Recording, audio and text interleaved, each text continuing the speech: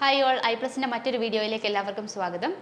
നമ്മൾ ഡിസ്കസ് ചെയ്തുകൊണ്ടിരുന്നത് draughtsman civil junior instructor draughtsman civil 2019 നടന്ന എക്സാംസിൻ്റെ ക്വസ്റ്റ്യൻ ഡിസ്കഷൻ ആയിരുന്നു.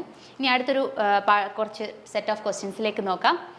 ആദ്യത്തെ question, if A stable simply supported beam have roller support at one end and then the other end will be. അതായത് നമ്മളോട് ചോദിച്ചിട്ടുള്ളത് ഒരു simply supported ബീമാണ്. ഈ സിംപ്ലി സപ്പോർട്ടഡ് ബീം എന്താവണം? സ്റ്റേബിൾ ആവണം അല്ലേ? സ്റ്റേബിൾ ആവുകയും ചെയ്യണം. അതിൻ്റെ ഒരു എൻഡ് എന്ന് പറഞ്ഞാൽ റോളർ സപ്പോർട്ടാണ് കൊടുത്തിരിക്കുക. ഒരു എൻഡ് റോളർ സപ്പോർട്ടാണ് കൊടുത്തിട്ടുള്ളത്. ഇത് സ്റ്റേബിൾ ആവണമെങ്കിൽ, സിംപിൾ സപ്പോർട്ടഡ് ബീം സ്റ്റേബിൾ ആവണമെങ്കിൽ ഈ എൻഡിൽ എന്ത് സപ്പോർട്ട് ആയിരിക്കണം കൊടുക്കണം എന്നാണ് ചോദിച്ചിട്ടുള്ളത്. Option A free, option B hinged, option C fixed, option D on rollers. അപ്പോൾ നിങ്ങൾ നോക്കി, ഇവിടെ ഫ്രീ ആയിട്ട് കൊടുക്കുകയാണെങ്കിൽ വെർട്ടിക്കൽ ലോഡ് എടുക്കില്ല അല്ലേ, അത് സ്റ്റേബിൾ ആയിരിക്കില്ല. ഹിഞ്ച് കൊടുക്കുകയാണെങ്കിൽ നിങ്ങൾ നോക്കിയേ, ഹിഞ്ച് കൊടുക്കുകയാണെന്നുണ്ടെങ്കിൽ ഇതേപോലെ ഹിഞ്ച് കൊടുത്താൽ ഇവിടെ വെർട്ടിക്കൽ റിയാക്ഷൻ ഉണ്ടാവും, അതുപോലെ തന്നെ ഹൊറിസോണ്ടൽ റിയാക്ഷനും ഉണ്ടാവും. അതുപോലെ അടുത്തതെന്ന് പറഞ്ഞാൽ ഫിക്സഡ് കൊടുക്കേണ്ട ആവശ്യമില്ല, കാരണം എന്താണ്, ഇൻഡിറ്റർമിനേറ്റ് ആവും. ഓപ്ഷൻ ഡി ഓൺ റോളേഴ്സ് കൊടുത്തു കഴിഞ്ഞാൽ എന്താ പ്രശ്നം? ഇതേപോലെ റോളേഴ്സ് കൊടുത്തു കഴിഞ്ഞാൽ എന്താണ് പ്രശ്നം? അത് ഹൊറിസോണ്ടൽ ഡയറക്ഷനിൽ സ്റ്റേബിൾ ആവില്ല അല്ലേ. അപ്പോൾ ഇവിടുത്തെ ഈ തന്നിരിക്കുന്ന ഓപ്ഷനിൽ ഒരു എൻഡ് റോളർ ആണെങ്കിൽ സിംപ്ലി സപ്പോർട്ടഡ് ബീം സ്റ്റേബിൾ ആവുകയും ചെയ്യണമെങ്കിൽ മറ്റേ എൻഡ് കൊടുക്കേണ്ടത് എന്താണ്? ഹിഞ്ച്ഡ് സപ്പോർട്ടാണ്. If both ends are roller, രണ്ടും റോളർ ആണെങ്കിൽ എന്ത് സംഭവിക്കും? രണ്ടും റോളർ ആണെങ്കിൽ ഹൊറിസോണ്ടൽ ഡയറക്ഷനിൽ അത് സ്റ്റേബിൾ ആവില്ല, will be unstable in horizontal direction ആണല്ലോ, അത് ഹൊറിസോണ്ടലി മൂവ് ചെയ്യും. അതുപോലെ രണ്ടും നമ്മളിപ്പോൾ സപ്പോസ് ഹിഞ്ച് കൊടുക്കുകയാണെന്ന് വിചാരിക്കുക, ഇത് രണ്ടും ഹിഞ്ച് കൊടുത്തു കഴിഞ്ഞാൽ എന്താണ്, ഇതിന് ലാറ്ററലി മൂവ് ചെയ്യാനുള്ള സ്പേസ് ഇല്ല അല്ലേ, ലാറ്ററലി മൂവ് ചെയ്യാൻ പറ്റത്തില്ല. അതുകൊണ്ട് തന്നെ തെർമൽ സ്ട്രെസ്സസ് ഇൻഡ്യൂസ് ചെയ്യാനുള്ള സാധ്യതയുണ്ട്. തെർമൽ സ്ട്രെസ്സസ് ഇൻഡ്യൂസ് ചെയ്യും, പിന്നെ അത് അൺസ്റ്റെബിലിറ്റി ഉണ്ടാക്കുകയും ചെയ്യും അല്ലേ. അപ്പോൾ അതുപോലെ തന്നെ നമുക്ക് എന്താണ്, ഇതുപോലെ ഹിഞ്ച് കൊടുത്തു കഴിഞ്ഞാൽ ഈ ഒരു ബീമിനെ നമുക്ക് സ്റ്റാറ്റിക്കലി ഡിറ്റർമിനേറ്റ് ആക്കി നിർത്താനും സാധിക്കും. അപ്പോൾ ഈ 3 അഡ്വാൻറ്റേജ് ആണ് നമ്മൾ നോക്കേണ്ടത്. ഇവിടെ ഏറ്റവും സ്യൂട്ടബിൾ ആയിട്ടുള്ള ആൻസർ ഏതാണ്? ഹിഞ്ചാണ്. ഹിഞ്ച് സപ്പോർട്ടാണ് നമ്മൾ കൊടുക്കേണ്ടത്. അടുത്തത്, the bending moment diagram for a cantilever beam uniformly distributed load will be. അതായത് നമ്മളോട് ചോദിച്ചിട്ടുള്ളത് ഇവിടെ ഒരു കാൻറ്റിലിവർ ബീമാണ് ഇവിടെ കൊടുത്തിട്ടുള്ളത്, ഒരു കാൻറ്റിലിവർ ബീമാണ്. അതുപോലെ തന്നെ ഇവിടുത്തെ ലോഡിങ് എങ്ങനെയാണ്? യൂണിഫോംലി ഡിസ്ട്രിബ്യൂട്ടഡ് ആയിട്ടുള്ള ലോഡാണ് അല്ലേ, ഇതേപോലെ യൂണിഫോംലി ഡിസ്ട്രിബ്യൂട്ടഡ് ആണ്. ഇങ്ങനെയാണെങ്കിൽ ഇതിൻ്റെ ബെൻഡിങ് മൊമെൻ്റ് ഡയഗ്രാം ആണ് ചോദിച്ചിട്ടുള്ളത്. ഇത് ട്രയാങ്കുലർ ഷേപ്പ്, ഇതിൻ്റെ ഷേപ്പാണ്.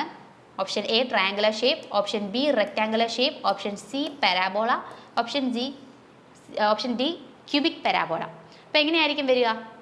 നിങ്ങൾ നോക്കിക്കഴിഞ്ഞാൽ നമുക്കറിയാം, നമ്മുടെ ഷിയർ ഫോഴ്സ് ഡയഗ്രാം എടുത്തു കഴിഞ്ഞാൽ എങ്ങനെയാണ്, നമ്മൾ ഈ ഒരു പർട്ടിക്കുലർ പോയിന്റിൽ എടുത്തിട്ട് ഷിയർ ഫോഴ്സ് എടുത്തു കഴിഞ്ഞാൽ നമുക്ക് എങ്ങനെയാണ് വരിക? ആ ഒരു സെഷനിലെ ഷിയർ ഫോഴ്സ് എങ്ങനെയാണ് വരിക? W × X എന്നാണ് വരിക അല്ലേ. എക്സ് ആണ്, X റേസ് ടു 1 അല്ലേ. അതുപോലെ തന്നെ ലീനിയർ വേരിയേഷൻ ആണ് വരിക. ഇതിനൊരു ട്രയാങ്കുലർ ഷേപ്പ് ആയിരിക്കും നമുക്ക് കിട്ടുക. ഇപ്പോൾ ഈ ഒരു പർട്ടിക്കുലർ എൻഡ് L ഡിസ്റ്റൻസ് മാറി നമ്മൾ നോക്കുകയാണെങ്കിൽ L സബ്സ്റ്റിറ്റ്യൂട്ട് ചെയ്താൽ W × L ആയിരിക്കും ഷിയർ ഫോഴ്സ് ഈ എൻഡിൽ വരിക. മാക്സിമം ഷിയർ ഫോഴ്സ് എന്ന് പറഞ്ഞാൽ W × L ആയിരിക്കും വരിക. അതുപോലെ തന്നെ ഈ ഒരു പർട്ടിക്കുലർ സെഷനിലെ ബെൻഡിങ് മൊമെൻറ്റ് എടുത്തു കഴിഞ്ഞാൽ എത്രയാണ് വരിക?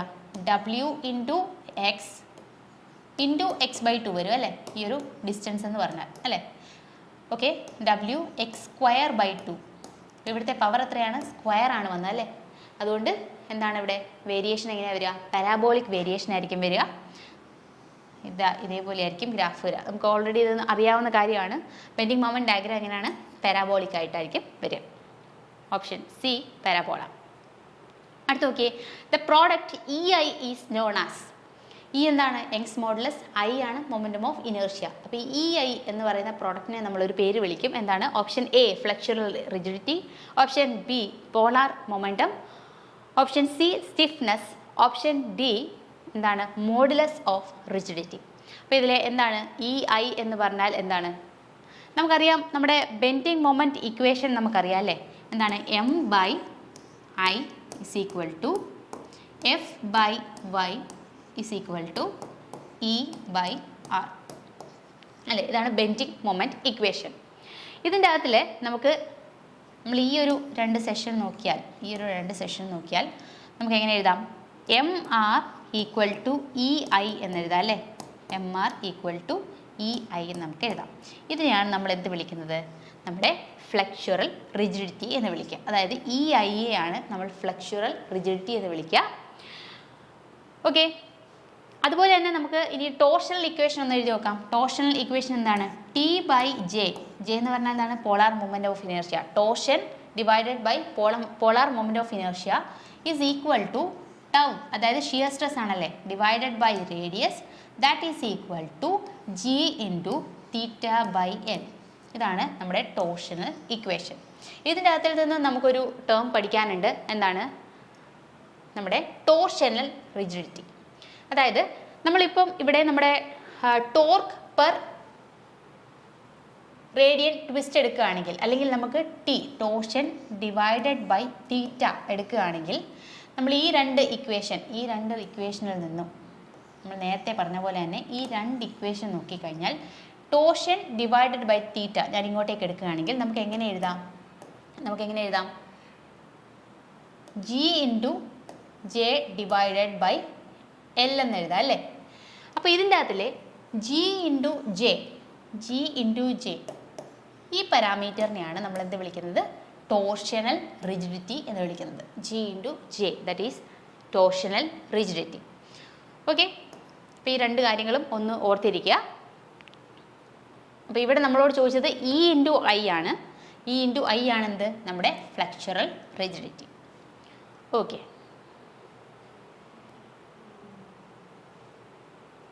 അടുത്തത്, a beam section has to be redesigned if the shear stress exceeds the allowable shear stress. അതായത് നമുക്ക് തന്നിരിക്കുന്നത് സപ്പോസ് ഒരു ബീമിൻ്റെ അകത്തിൽ വരുന്ന ഷിയർ സ്ട്രെസ് നമ്മുടെ അലോ ചെയ്തിരിക്കുന്ന ഷിയർ സ്ട്രെസ് അല്ലെങ്കിൽ പെർമിസിബിൾ ഷിയർ സ്ട്രെസ്സിനെക്കാട്ടിൽ എത്ര കൂടിക്കഴിഞ്ഞാലാണ്, ഇതിൻ്റെ എത്ര ടൈംസ് ആവുമ്പോഴാണ് നമ്മൾ ആ ബീം റീഡിസൈൻ ചെയ്യേണ്ടത്. അപ്പോൾ എത്രയാണ് ഇവിടെ ആൻസർ വരുന്നത്? Option A 2 times, option B 4 times, option C 6 times, option D 10 times. Answer എന്താണ് വരിക? നമ്മുടെ പെർമിസിബിൾ ഷിയർ സ്ട്രെസ്സിൻ്റെ 4 ടൈംസിനെക്കാട്ടിൽ എക്സീഡ് ആവുന്ന സമയത്ത്, നമ്മുടെ ഷിയർ സ്ട്രെസ് എന്ന് പറയുന്നത് 4 ടൈംസ് പെർമിസിബിൾ ഷിയർ സ്ട്രെസ് ആവുന്ന സമയത്താണ് നമ്മൾ ആ ബീം റീഡിസൈൻ ചെയ്യേണ്ടത്. ഓപ്ഷൻ ബി ആണ് ആൻസർ. 4 ടൈംസ് ആണ് ആൻസർ വരിക. അടുത്ത, a simply supported beam is considered as a deep beam if the ratio of the effective span to overall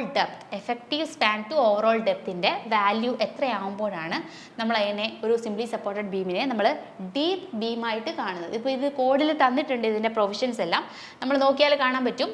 നമുക്കറിയാലോ the effective span L divided by capital letter D ആണ്, അത് overall depth ആണ് ചോദിച്ചിട്ടുള്ളത്. അപ്പോൾ ഈ ഒരു വാല്യൂ എന്ന് പറഞ്ഞാൽ നമുക്ക് രണ്ട് ബീംസിൻ്റെ കേസിലും പറഞ്ഞിട്ടുണ്ട്. സിംപ്ലി സപ്പോർട്ടഡ് ആണെങ്കിൽ ഈ L by D ratio must be less than 2 ആണ് ഫോർ എന്താണ് സിംപ്ലി സപ്പോർട്ടഡ് ബീം ആണെങ്കിൽ. അതുപോലെ തന്നെ ഈ ഒരു എൽ ബൈ ഡി റേഷ്യോയുടെ വാല്യൂ ലെസ് ദാൻ 2.5 ആണെങ്കിൽ ഇതെന്താണ്? ഇതൊരു കണ്ടിന്യൂസ് ബീമിൻ്റെ കേസിൽ ഇത് ഡീപ്പ് ബീമാണെന്ന് പറയാം. കണ്ടിന്യൂസ് ബീമിൻ്റെ കേസിൽ ഡീപ്പ് ബീം ആവാനുള്ള കണ്ടീഷനാണ് പറഞ്ഞിട്ടുള്ളത്. എൽ ബൈ ഡിയുടെ വാല്യൂ ലെസ് ദാൻ 2.5 വരികയാണെങ്കിൽ ഫോർ എ കണ്ടിന്യൂസ് ബീം ആ ബീം എന്താണ്? ഡീപ്പ് ബീമാണെന്ന് പറയാം. ഓക്കെ, ഇത് കോഡിൽ ഈ പ്രൊവിഷൻസ് എല്ലാം തന്നിട്ടുണ്ട്. കോഡെല്ലാം ഇമ്പോർട്ടൻ്റ് ആണ്. RCCയിലെ കോഡെല്ലാം തന്നെ നോക്കിയിരിക്കുക. The maximum strain in concrete. അടുത്ത question, the maximum strain in concrete at the outer most fibre. നമുക്കറിയാലോ ഏറ്റവും ഔട്ടർ മോസ്റ്റ് ഫൈബറിലെ നമ്മൾ നേരത്തെ തന്നെ ഈ ഫിഗർ എല്ലാം കണ്ട് പഠിക്കുന്നതാണ്. ഒരു ബീം സെക്ഷനാണ് കാണിച്ചിട്ടുള്ളത്. ഇതിനകത്തിൽ വരുന്ന സ്ട്രെയിൻ ആണ് ഈ കാണിച്ചിട്ടുള്ളത്. ഇതിൻ്റെ ഔട്ടർ മോസ്റ്റ് എന്ന് പറഞ്ഞാൽ നമ്മുടെ ന്യൂട്രൽ ആക്സിസിൽ നിന്നും മാക്സിമം ഡിസ്റ്റൻസ് മാറി ഈ ഒരു പർട്ടിക്കുലർ ലെയർ ആണ് നമ്മൾ നോക്കുക. ഇവിടെ വരാവുന്ന മാക്സിമം സ്ട്രെയിൻ എത്രയാണ്? കോൺക്രീറ്റിൽ വരുന്ന മാക്സിമം സ്ട്രെയിൻ എത്രയാണ്? നമുക്കറിയാം 0.0035 ആണല്ലേ, അതാണ് answer. Maximum strain is option C 0.0035 ആണ് ആൻസർ വരിക. അടുത്തത്, the anchorage value of 90 degree hook. ഹുക്കിൻ്റെ കേസിൽ നമ്മൾ കൊടുക്കേണ്ട ആങ്കറേജ് വാല്യൂ എത്രയാണെന്നാണ്. ഇത് നമുക്ക് മെയിനായിട്ട് standard value 45 degree, 90 degree, 135 degree, അതുപോലെ തന്നെ 180 ഡിഗ്രി അല്ലേ. അപ്പോൾ ഈ കേസിലെല്ലാം ആങ്കറേജ് വാല്യൂ ഓർത്തിരിക്കുക. ഇതൊരു ടേബിളായിട്ട് തന്നിട്ടുണ്ട്. ഇപ്പോൾ 45 ഡിഗ്രി ആണെന്നുണ്ടെങ്കിൽ 45 ഡിഗ്രിയിൽ 45 ആണെന്ന് ഓർത്തിരിക്കുക. ആങ്കറേജ് വാല്യൂ 45 ഡിഗ്രിയിൽ 45 ആണെന്ന് ഓർത്തിരിക്കുക. അടുത്ത ഒരു 90 ഡിഗ്രി അല്ലേ, 45 ഡിഗ്രിയുടെ ഇൻക്രീസ് വരുമ്പോൾ നമ്മൾ വീണ്ടും 45 ആഡ് ചെയ്യുക. 45 പ്ലസ് 45 എത്ര വരും? 85 ആണ് വരിക. എന്തിൻ്റെ കേസിൽ? 90 ഡിഗ്രിയിൽ. ഇനി അടുത്ത 135 ഡിഗ്രി ആകുമ്പോൾ വീണ്ടും ഒരു 45 ആഡ് ചെയ്ത് കൊടുക്കുക. അപ്പോൾ 85 എന്നുള്ളത് എന്തായിട്ട് മാറും? 12.5 ആവും. സ്റ്റാൻഡേർഡ് ഹുക്ക് അല്ലെങ്കിൽ 180 ഡിഗ്രി ആണെന്നുണ്ടെങ്കിൽ ഇത് 16.5 ആണ് ആൻസർ വരിക. അപ്പോൾ ഇത് ഈ വാല്യൂസ് എല്ലാം ഇമ്പോർട്ടൻ്റ് ആണ്, ഏത് വേണമെങ്കിലും ചോദിക്കാം. അപ്പോൾ ഇവിടെ ചോദിച്ചിട്ടുള്ളത് 90 ഡിഗ്രി ആണ്. 90 ഡിഗ്രിക്ക് നമുക്കറിയാം 85 ആണ് ആൻസർ വരിക.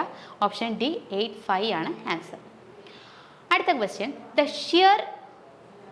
അടുത്ത ക്വസ്റ്റ്യൻ നോക്കിയാൽ the shear taken by bend up bar. നമുക്കറിയാമല്ലോ ബെൻഡ് അപ്പ് ബാർസ് കൊടുക്കും അല്ലേ നമ്മൾ ബീംസിൽ. ഈ ബെൻഡ് അപ്പ് ബാർ കൊടുത്തു കഴിഞ്ഞാൽ ഇത് എത്രത്തോളം ഷിയർ സ്ട്രെസ് എടുക്കുമെന്നാണ് നമ്മൾ നോക്കുക.